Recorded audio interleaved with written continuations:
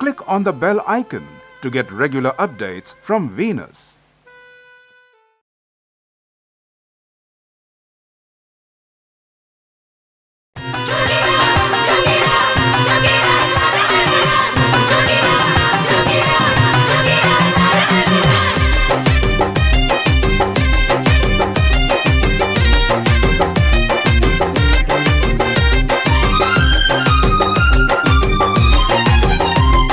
केकरा से ले हम सवार भतारे अइहे होली के बाद।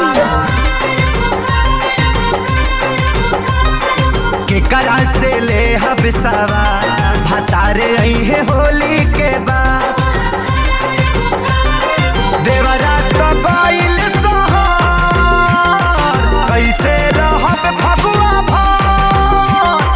पल पल तयावेला भतारी अइहे होली के बाद। केकरा से ले हम सवार भतारे अइहे होली के बाद।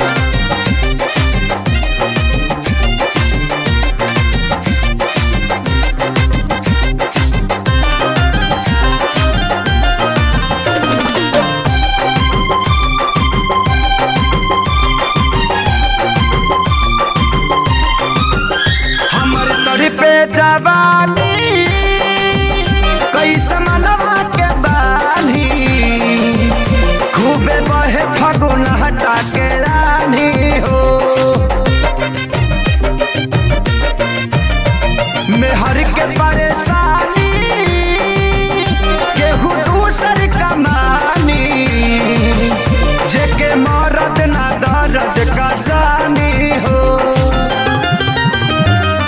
मजा कुल्ही होई बर्बाद भतारे अइहे होली के बाद। के डाली फसल में खाद भतारे अइहे होली के बाद।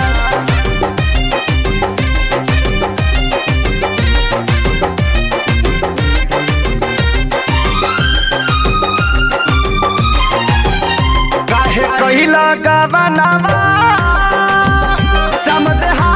सजनवा जब जाए के रहे लुधियानवा हो।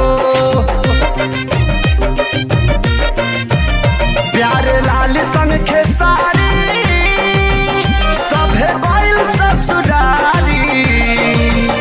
सोनू में हर के मानेला कहानवा हो। आ गइले घरे अजारा भतारे अइहे होली के बाद।